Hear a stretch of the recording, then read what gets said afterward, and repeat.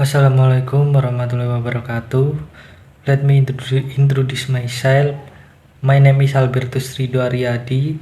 In this video, I will discuss presentation in technopreneurship. Startup opportunity.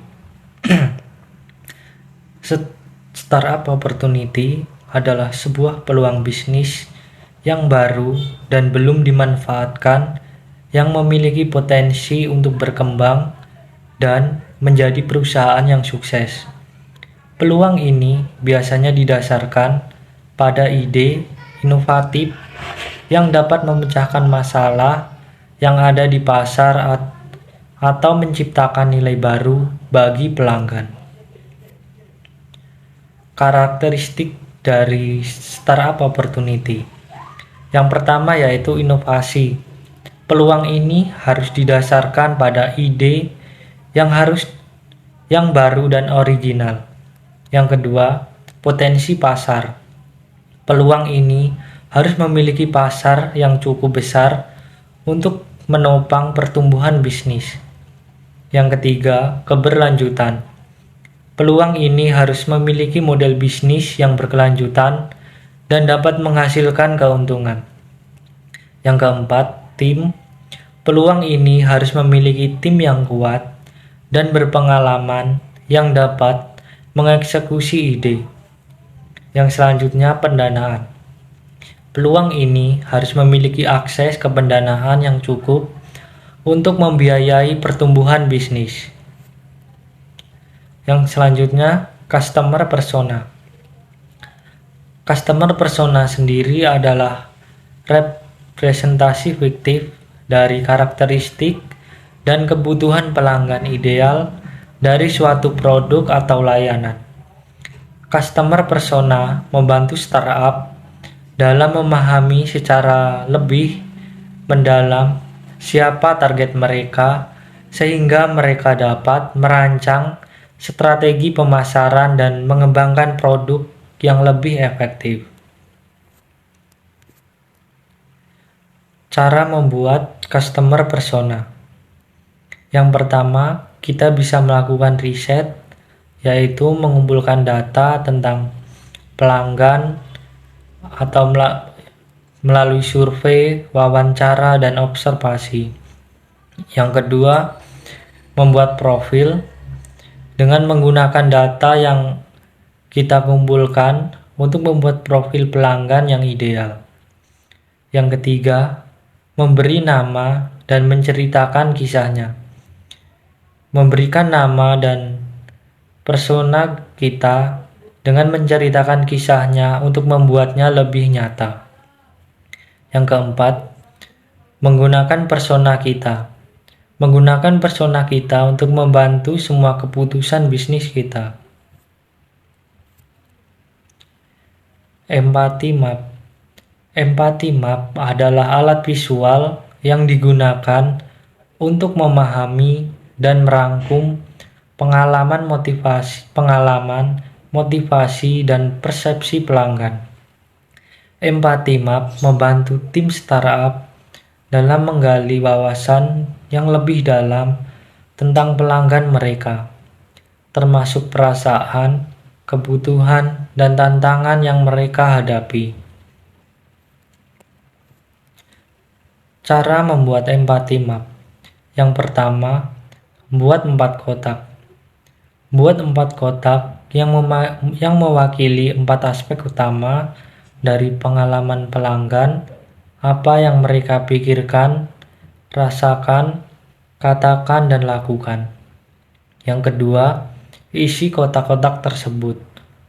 Gunakan data yang Anda kumpulkan tentang pelanggan untuk mengisi kotak-kotak tersebut. Yang ketiga, gunakan empathy map.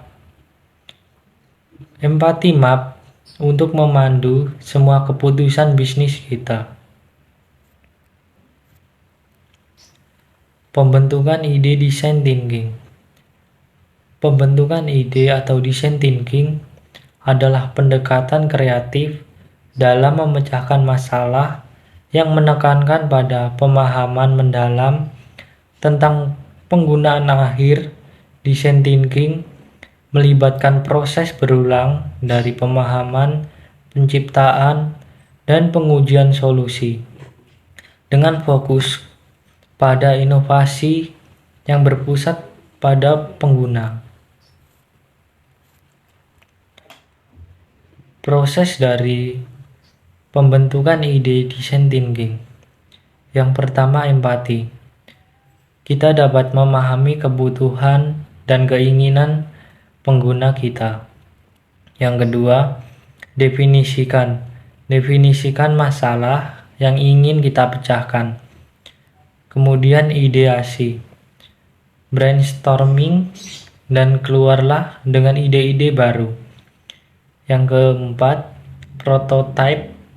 Ciptakan prototipe dari ide-ide Anda. Yang kelima, uji prototipe dengan pengguna dan dapatkan umpan balik.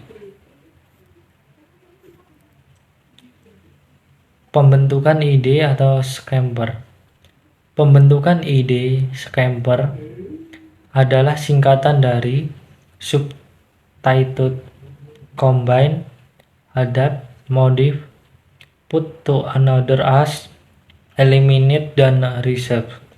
Ini adalah kerangka kerja kreatif yang digunakan untuk menghasilkan ide-ide baru dengan mengajukan serangkaian pertanyaan tentang bagaimana suatu produk atau layanan dapat dimodifikasi atau ditingkatkan.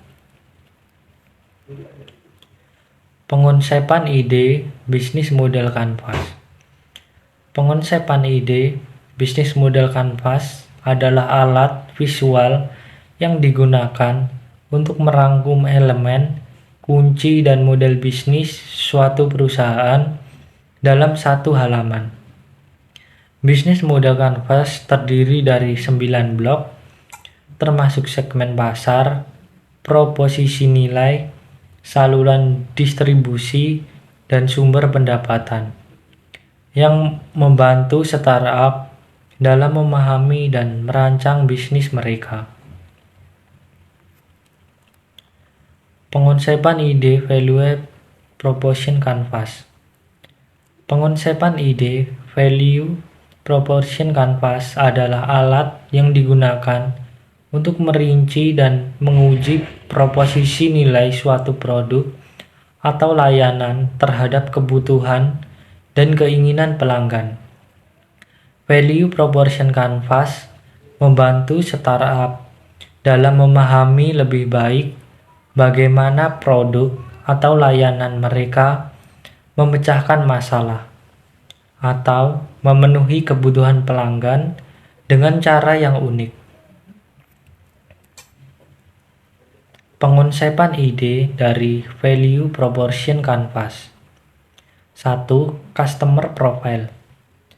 Bagian ini fokus pada pemahaman tentang siapa pelanggan yang dituju oleh produk atau layanan. Ini mencangkup segmen pasar, karakteristik demografis, tujuan, kebutuhan, dan tantangan pelanggan. Di dalam bagian ini, kita juga mencoba untuk memahami pekerjaan yang harus dilakukan pelanggan, masalah atau tantangan yang mereka hadapi, serta apa yang mereka nilai dan harapkan dari produk atau layanan. Yang kedua, value map. Bagian ini berkaitan dengan bagaimana produk atau layanan tersebut memiliki nilai kepada pelanggan. Ini terdiri dari elemen-elemen berikut. Yang pertama, value proposition. Deskripsi singkat tentang nilai yang ditawarkan kepada pelanggan, termasuk manfaat utama dan perbedaan produk atau layanan dari pesaing. Yang kedua, product and service. Deskripsi produk atau layanan yang ditawarkan kepada pelanggan. Yang ketiga, pain relief. Cara di mana produk atau layanan mengurangi atau mengatasi masalah atau tantangan yang dihadapi pelanggan. That's all for my presentation. Thank you.